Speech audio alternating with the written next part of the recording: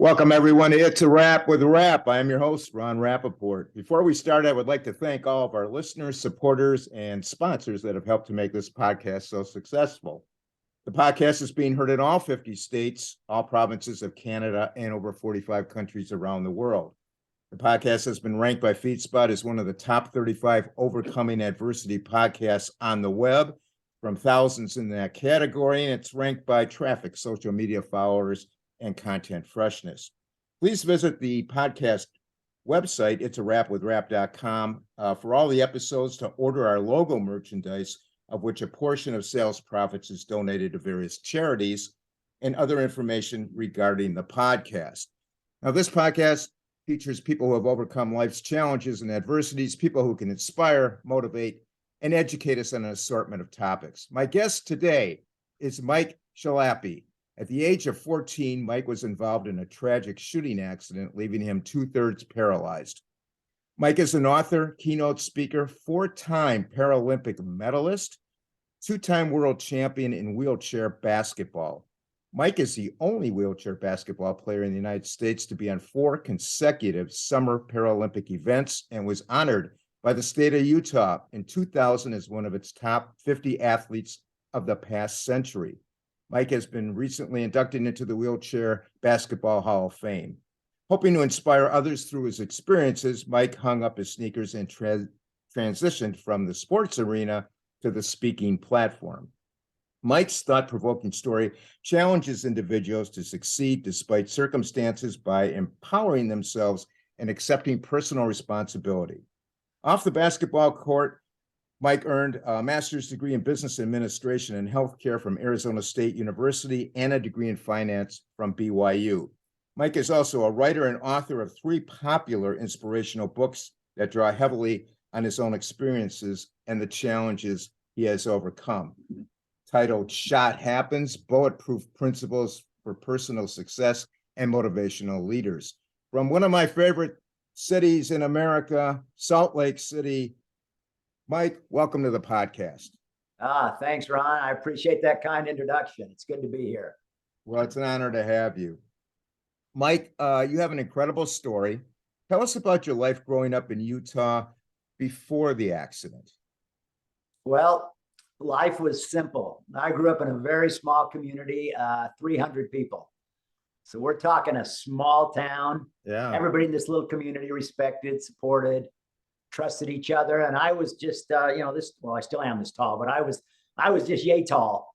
And I would look at those mountains and the Fish Lake Mountains and the wide open spaces. And I just was excited about life. And my dad was a basketball coach, and I was being primed by my good father to be an exceptional athlete. So I was just an excitable young kid waiting for life to happen. Well, it sounds great. Now, tell us about that fateful day of the accident and your mindset during and after the accident as you were being medically treated. Yeah. Before the accident, I had no idea what the word disabled hardly even meant. I was just going into high school, all focused on girls and sports. And we had a big game the next morning. So I walked down the street to get my buddy. And I remember that day, I crossed the road and I ran across the grass. I jumped on the porch and I banged on that door, and my friend Tori yelled, "Come in, Mike, come in." And I walked in that house, Ron, and I never walked out. I couldn't find my friend. So I went down the hallway and I ended up in his mom and dad's bedroom, and I still couldn't find my friend. So I'm thinking about my good mom, my girlfriend, the big game. And then I heard Tori coming down the hallway, and I'm sitting on the bedspread, and he walked in the bedroom holding a gun. So he's holding a gun in a brown leather case, and he stops in front of me very playfully, casually, thinks he takes the bullets out. I watch him laying on the white bedspread. I remember seeing 4 little silver bullets. So are we talking revolver? Yeah, a little .38 revolver. His dad was a policeman. So this was his off-duty police gun, and thought he took the bullets out and very playfully, casually pulled it up to his hip, pointed it at my chest, bang. And yeah, paralyzed from the waist down. The bullet punctured my lung and clipped my heart and slammed me onto the bedspread. And my friend freaked out and I passed out and I couldn't breathe. And I saw a phone on the wall. And I tried to get to the phone, but I was glued to the white bedspread, Ron. I couldn't move until I just laid there until I died. So I thought, yeah. What was Tori doing at this freaking time? out Just in the freaking. kitchen, He just chucking things. And he was what did he freeze up? well, he just, I mean, he just Yeah. went in shock as I did immediately. And he just ran in other parts of the house and I could hear him chucking dishes and pounding on the piano. And I'm just laying there hoping for a miracle. If eventually he figured it out and came back in and started shaking me. And I kind of woke up and he saw the hole in my chest. And he ran over to the phone that I couldn't get to. And he called my mom. He didn't call 911. He called. He didn't call 911. All right. Yeah. I called my mom. And mom called 911, I take it. Yeah, mom showed up. Moms matter. If there's any moms out there, you matter. Yeah, for sure.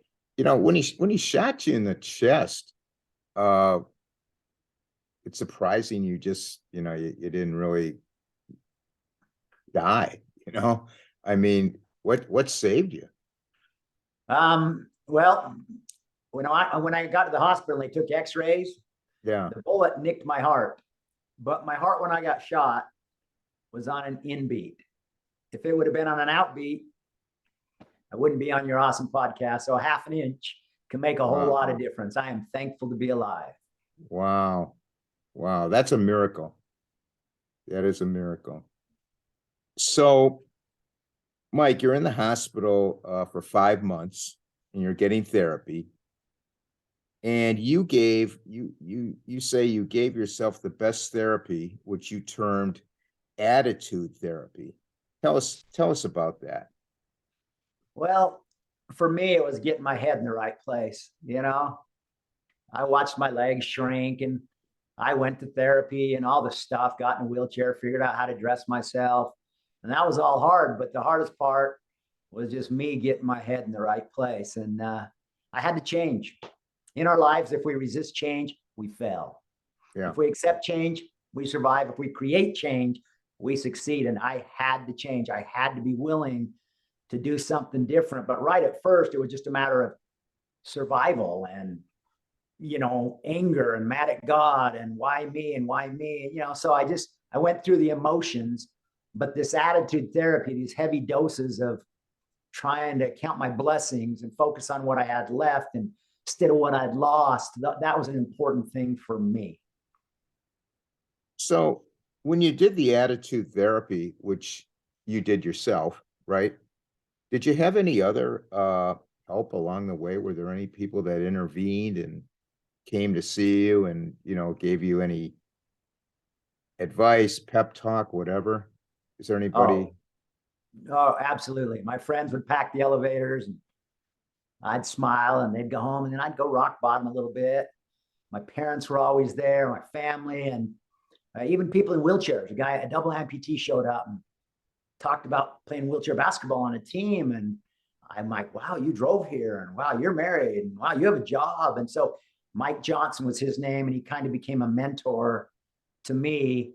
If he can do it, I can do it. So he was my mentor. Okay. That makes sense. You also have I think your mom gave you a little bit of a model. So can you tell us what that was? Yeah, I went home and, it's hard. I no longer had all the nurses, but my 11-year-old sister, Julie, became my private nurse. My dad and I'd go out in the backyard and shoot baskets. And my first shot fell 5 feet short. Right. And I was a good basketball player. And all of a sudden I was bummed out. And my dad said, Mike, you can still be a great athlete. You're just going to have to do it differently. And then my mom, we were doing dishes one day. And she would cry and I would dry the dishes. And she stopped and looked at me. Mike, just because you can't stand up doesn't mean you can't stand out. And that meant everything to me. That became my life motto. I sit here in front of you, or Ron, or those are listening in, and I used to be able to do 10,000 things. Now I can only do 9,900. So tried to move forward. Hey, by the way, it's okay to have a bad day. Yeah. Especially if you've been shot. But we have Right. to try not to let bad days turn into bad weeks, bad months, because that's when you get in a deeper hole. And so I'm not here to make anybody feel guilty or anything. I'm just kind of sharing what I went through, and some of these positive thoughts and poems and books, all that kind of helped me stay level. Yeah.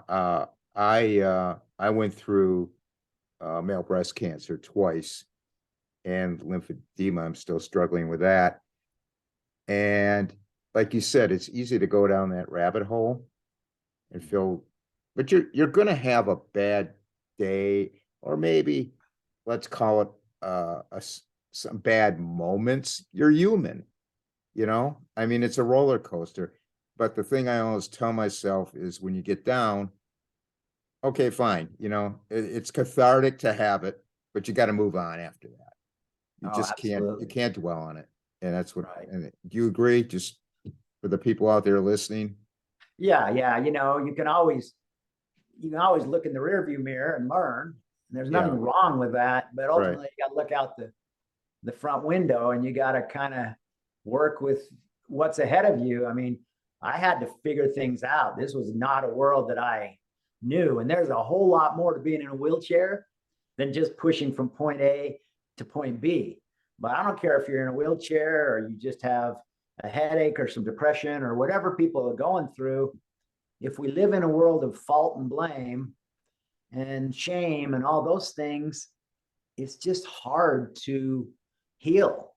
And I think we have to go through those emotions, but I think it's danger if we stay in them for too many days and too many weeks. Right. Absolutely. Now, your dad, you said, was priming you to be a basketball player. Tell us how once you learned about wheelchair basketball, how did it change you? Well, that was my identity. You probably see me rolling around. You probably can't see I'm in a chair here, but my identity was my legs. And when they didn't work, I couldn't be an athlete in my mind. And so I kind of just lost who I was. And when wheelchair sports and basketball and marathons and tennis, when that was introduced to me, it was very healing for me to still be able to compete, to share my talents just locally at first, and to play the same game, 10-foot baskets, and you still have to dribble and special chairs. And so it just became a part of my world that helped me heal. And all this is happening when you're what, 14, 15 years old? Yeah, I turned 15 in the hospital, so I got a wheelchair for my 15th birthday. Yeah. Yeah. I mean, I don't know. Would you say that's easier or harder when you're younger or older? I don't know. You That's tell a good me. question for everybody out there. Would you rather be shot and paralyzed or whatever when you're 15 or when you're 50? I really don't know. But for me, I was thankful I had some of those younger experiences of playing on the playground or developing my coordination. So I'm glad that I had some life experience not in a wheelchair for me personally. Yeah. Oh, sure. Mike, how hard was it for you to get in shape to play wheelchair basketball? I mean, you're two-thirds paralyzed. I don't know, was your upper body strength obviously must have been affected from the shooting? Yeah. So, that bullet hit my spine. So I'm paralyzed, from the chest down. There's no movement. I'm completely paralyzed. So my legs shrunk and atrophied. And, but my shoulders started to get strong and my arms, and I would train and play basketball and run marathons and just transferring and lifting and climbing. I just gradually became stronger in the shoulders. Now, I've been in a chair almost 45 years, so I am declining a little bit. But yeah, I kind of developed a strong upper body to play sports. Yeah, things compensate. It's kind of like you lose Yeah. something and you gain something else, and so I just had to gain stronger shoulders. So when did you let things go about the accident and forgive your friend Troy who shot you? And did Troy forgive himself? And what eventually happened to Troy? Well, So yeah, Tori had a Is it Tori? I thought it was yeah, Tori. Tori, that's fine. Okay. Yeah. So the rest of the Tori with Tori was we hung out. We were neighbors, friends, teammates. It was awkward. We'd go to the mall and people might come up and say, "Hey, Mike, what happened to you?" He shot me, kind of Yeah. awkward. Yeah. But he moved away and he went rock bottom and he started getting in trouble, robbing banks. He ended up in prison for many years. Oh, But wow. I always wanted to reconnect with Tori, and I did. He got out of prison and he met me at a restaurant and he knelt down. We embraced, we chatted, and it's a situation we both went through. This didn't just happen to me, but if you saw us standing together, you'd think it all happened to me. But some disabilities and challenges, as we all know, are more apparent to those around us, and sometimes that's good and sometimes it's bad. But I don't hide my disability. I readily, if the chance happens, I readily let people know why I'm in a wheelchair. I think that's important. Just curious, but how many people come up to you? And the reason I'm asking this is, as you can see, I'm wearing like all these wraps on my arm, and people come up to me. I don't even know who they are. I'm at Walmart or wherever. What happened to you? What happened to you? What's your problem? Yeah. Is the same thing happen to you? Yeah, some people run, but it's a lot better than it was 40 years ago. Kids now aren't scared of me. Every once in a while, hey dad, there's a rolling man, or they're curious. I don't think people look at me because they're disrespecting me. I try to No, carry no. myself but I think people are curious, just like I might look at a 7 foot tall guy. People look at me, maybe glance at me, but I hope I don't try to think they're having all these negative thoughts. I think, a lot of times we think we know what other people are thinking about us. I think people have the ability to be more empathetic and understanding. Yeah, We just need to have that dialogue and that communication. right. So, when did you let things go about that accident and forgive them? Because I know you probably didn't forgive them immediately, but how long did that take? It was a little bit of a process. I broke my arm, Ron, a year later. And so now I'm back in the hospital getting surgery. I got 4 limbs and only this one worked. Wow. Yeah. I went in circles for 5 months. But when they did surgery in the hospital, they flipped me over. They sliced open my back. They took that bullet out. I held it in my hand and I started shaking. That little bullet symbolized so much loss and heartache in my young life. But it's about the time in my life I let it go. I got the let out, so to speak. I completely let it go. I forgave my friend. And I've taken responsibility. I don't blame him. It was an accident. I went in the house. I was on the football team. I walked in the bedroom. So it just happened. And I just have never lived in that world of blame about him, hardly ever, maybe never. That's good. I hope Yeah. that's healthy. I think that's the healthy way to go, obviously. Yeah, I do. Now, you talk about taking personal responsibility. Uh, Tell our audience what your thoughts about that. Well, I learned about that when I was water skiing right after my accident. I got that cast off my arm and I was water skiing.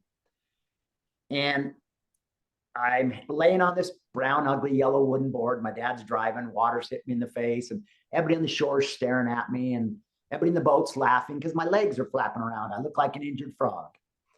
Well, I knew something was wrong, and I looked over my shoulder, and my legs were flapping around, but there was a worse problem.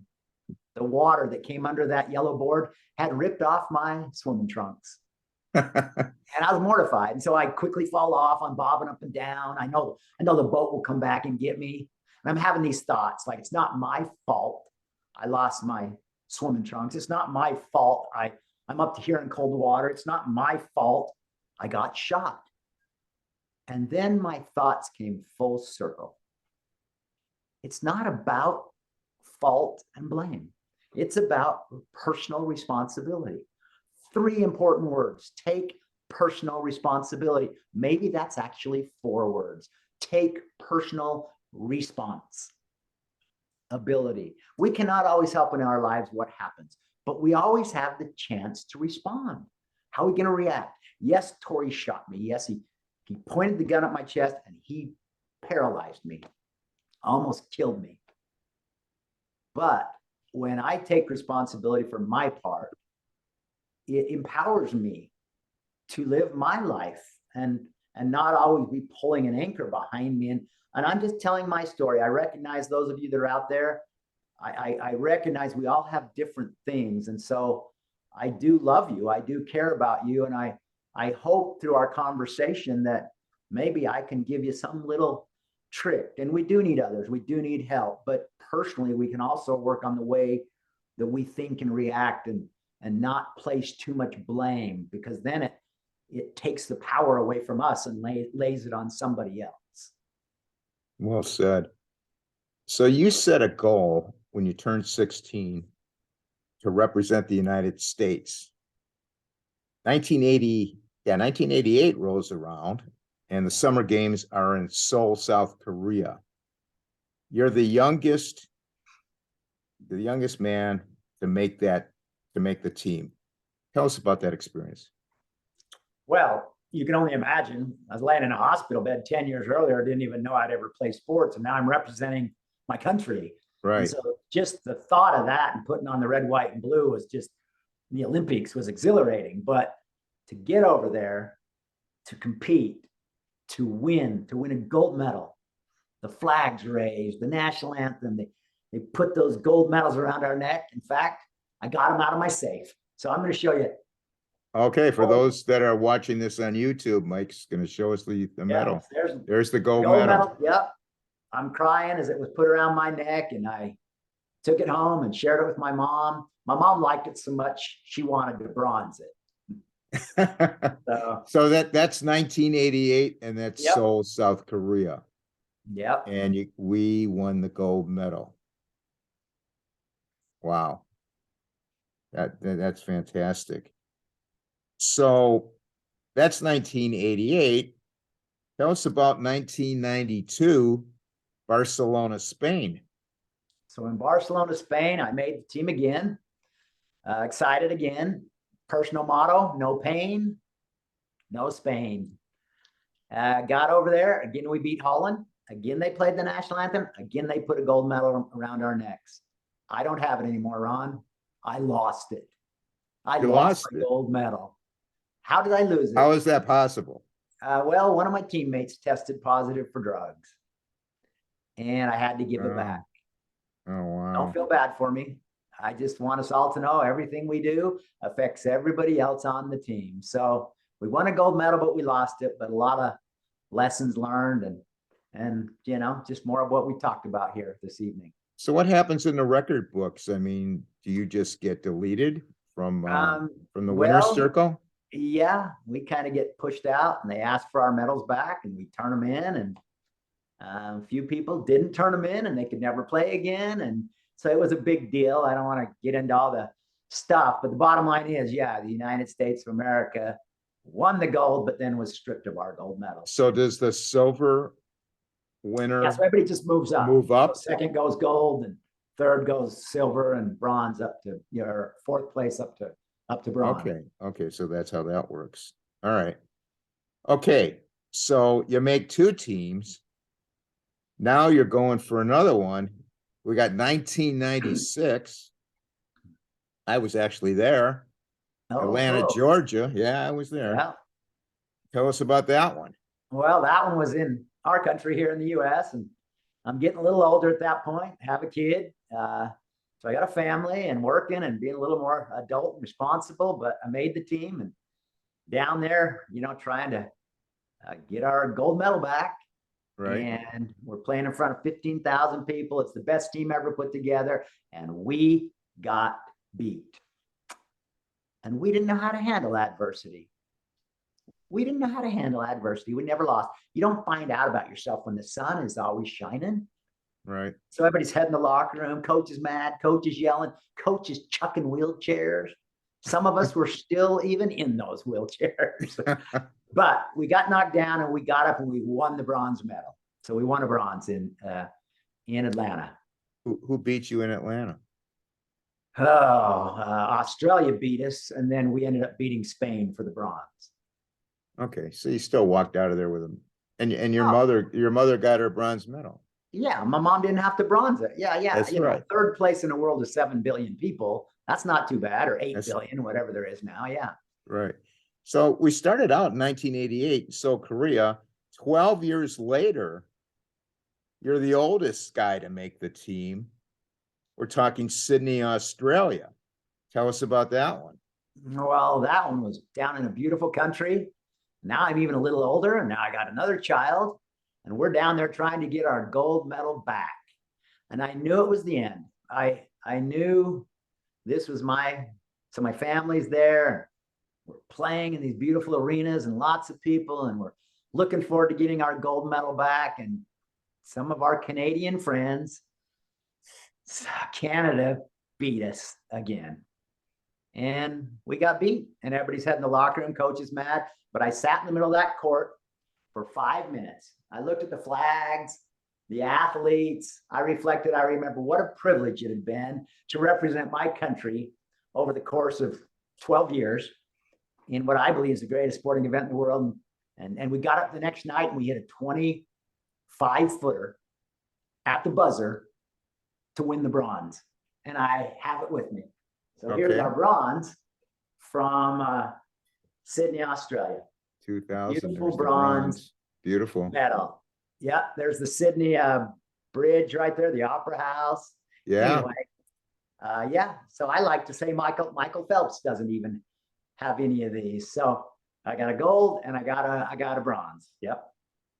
Did you by chance get to do the bridge? Oh, I did. Wow. Yeah, I even went down all those stairs at the Opera House and Yeah. just enjoyed Sydney, Australia. Yeah, it's a great place. Well, there's a saying, you're saying, the greater the obstacle, the more glory overcoming it. Tell us some of the obstacles you have done being in that wheelchair. Well, there's the physical obstacles, just the things we've been talking about, trying to get out and live life, and date and get married and drive cars and get degrees at colleges. There's all that. But there's the lessons. I feel as if I maybe have come full circle. And how do I know that? I think the fact that I can sit on here and comfortably share my story with a desire to help your good people tells me that I probably have completely accepted my disability. I hope so. And I've learned in my life through all these physical things and mental things. And, there's just so many hard things that everybody goes through in life. Right. But I've learned that when we feel pain, we change. And when we change, we grow. And when we grow, we discover the beauty that lies within each and every one of us. And I showed you these medals, but I have one other item. Okay. And this item, well, there's the book you've alluded to. Shot happens. Shot happens. I got shot. What's your problem? But what I want to share with your audience or tell or whoever's listening or watching, this is my bullet. Wow. Right on the end of that lanyard. That little thing spent 2 years in my spine. And it created a lot of pain, closed a lot of doors, opened a few others. But tonight isn't about me. I'd like to ask every one of us out there, if you would be willing to find your bullet. What stops you? What paralyzes you? It doesn't mean you're weak. It doesn't mean you're an idiot. It doesn't mean you're a loser. It means you're self-aware, and willing to take the good with the bad. And there is a lot of D words that do make life difficult. Divorce, death, disease, doubt, diabetes, all these D words, in-laws, yeah, Dallas Cowboys. Anyway, so find your bullet. Yeah. And sleep good tonight, because everybody matters. And we know our problems, but we got to focus on all of our goodness that goes along with our bullets. Well, I guess it kind of leads into the next question. What was the greatest lesson you have learned in life, and from who? Well, I think the greatest lesson I learned is, well, that motto from my mom, but my dad really kicked my butt after my accident. And that may sound mean to a a newly disabled kid. And I didn't mean he literally kicked my butt. If he did, I wouldn't feel it anyway. But I had to do my chores, and I had to figure out how to go water skiing and snowmobiling. And I had to figure out how to deal with physical pain and nerve pain. And I became tough. And I learned that I could do hard things. And some of us can push ourselves. Others need others to kick our butts and move forward. But that's maybe the greatest lesson I learned is we just can't be stuck in the mire of mediocrity. We've got to keep pushing forward to that next challenge, and we will fail many times along the way. But as we move forward and then we look in that rearview mirror, there is lessons and blessings to be learned just from the beauty of life. So I would say just move forward, just learn and move forward, and just keep moving forward. Yeah, you get pushed down, just get back up. Yeah. Get back up on that horse. Yeah. Mike, have you used your platform to advocate for safe firearm handling and storage? And if not, do you intend to at some point? I have a little bit. I am obviously an example of what a gun can do, what carelessness can do. I'm well aware of that. I have many friends that have been shot. However, growing up the way I grew up in Utah in the Rocky Mountains, and the way I knew guns for hunting pheasants or deer, it was a different mentality. So I am not a gun hater. I'm not somebody that goes around and say, don't ever touch a gun, but I'm very nervous around guns. I'm very aware Sure. of the damage they can do. So I try to be a little bit careful with getting to one side or the other, because I really am fairly centered on that subject. I can see both sides. Okay. For those out there struggling with life challenges, what last words do you have for them? That I don't understand everything you're going through, but I believe in you. And I believe you're stronger than you think you are. And I believe there is help. And I believe we have to meet in the middle. I went to a school dance. I sat in the corner, wouldn't dance. A girl walked across the gym and asked me to dance. And I said yes. And I went out there and we danced. And it was weird. And then she went back to her corner and I went back to my dark, safe corner. But we have to meet people in the middle. If we just suffer in silence in our little corner, sometimes that's very difficult. So weaknesses and challenge and disabilities, they don't say that we're bad or dumb or anything. We just need to work with other people to try to overcome these challenges. And so I just admire you. I respect you for even being on this podcast, even listening to my story, and maybe gaining one small thing that will help you. And so I don't even know who I'm talking to, but I respect all of you and thank you. That dance left a very big impression on you. Absolutely. You're never going to forget that, are you? No, I got to slow dance in a wheelchair and it was worth it. Yeah. Mike, how can people contact you? They want to contact you. I have a website, MikeSchlappi.com. You can go on there and there's you can contact me, or there's a products page, or I'm in Draper, Utah. I'm happy to help however I can. I speak all over the world and things like that. So if you ever have meetings or whatever and you need a good speaker, then give me a buzz. But yeah, so happy to help however I can. Yeah. Okay. We're gonna have that contact information in the podcast notes. I want to thank you, Mike, for being on the podcast. You are an inspiration to all of us listening, and I wish you good health and happiness going forward. Thank you so much for being on and sharing your story with us. Thank you, Ron. Thanks for all the good you do. Well, thank you very much. Comments and suggestions out there for the podcast, you can email me at itsarapwithrap@gmail.com. Our website is itsarapwithrap.com. We have a Facebook group that's in the thousands right now. You're welcome to join. It's a Rap with Rap. Instagram, It's a Rap with Rap podcast. And of course, all the episodes are on YouTube. It's a Wrap with Wrap, the podcast uncut. I want to thank everyone for listening. Please stay safe. And for now, it's a wrap.